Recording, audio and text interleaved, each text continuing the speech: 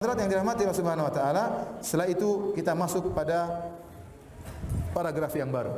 Jadi di antara kata para ulama metode dalam memahami tafsir Al-Qur'an, kita baca satu surat, kita bagi topik-topiknya, paragraf kemudian, karena biasanya satu paragraf satu ide pokok. Kemudian Allah berlanjut pada paragraf berikutnya. Tetapi paragraf ini saling berhubungan.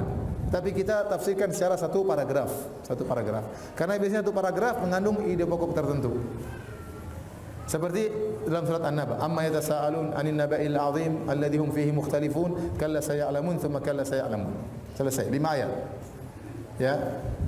Mereka saling bertanya-tanya tentang berita yang dahsyat, yang mereka saling berselisih dalam berita tersebut. Sekali-sekali tidak, sungguh mereka akan mengetahui akan kebenaran berita tersebut. Sungguh mereka akan mengetahui kebenaran berita tersebut, yaitu akan mengetahui akan terjadinya hari kiamat. Setelah itu Allah menyebutkan tentang ciptaan Allah untuk membuktikan bahwasanya membangkitkan kalian itu mudah, sebagaimana mudahnya Allah Subhanahu wa taala menciptakan alam semesta ini. Kata Allah, "Alam naj'alil arda mihada." Bukankah Allah telah menjadikan bumi bagi kalian mihada, sebagai hamparan. Mihada, hamparan, maksudnya dimudahkan oleh Allah Subhanahu wa taala.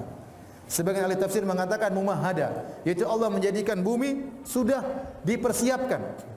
Jadi bumi itu tidak diciptakan oleh Allah gersang gitu, tidak, tapi itu sudah dipersiapkan untuk ditinggali oleh manusia.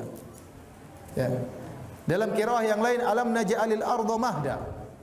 Bukankah Allah telah menjadikan bumi bagi kalian mahdan? Mahdan itu tempat tidur bagi bayi. Seorang ibu kalau ingin menidurkan bayinya, dia siapkan tempat tidur, kasih selimut, kasih bantal, bisa digoyang-goyang, kemudian letakkan anaknya supaya anaknya tidur dengan mudah. Kira-kira demikian Allah menciptakan bumi ini. Bukan antum dilempar di bumi, lahir dalam kondisi padang pasir, enggak ada air, enggak ada sungai, enggak ada buah-buahan, enggak. Allah ciptakan bumi ini dengan mumahada, dipersiapkan, dihamparkan, ada tumbuh-tumbuhannya, ada sungainya, ada lautnya, ada ikannya, ada. Semuanya mudah untuk kalian hidup supaya kalian mudah menyembah Allah Subhanahu wa taala. Kemudian kata Allah Subhanahu wa taala, "Wal jibala autada." Dan kami telah menjadikan bumi-bumi sebagai pasak-pasak bagi bumi tersebut. Kami telah menjadikan gunung-gunung sebagai pasak bagi bumi tersebut.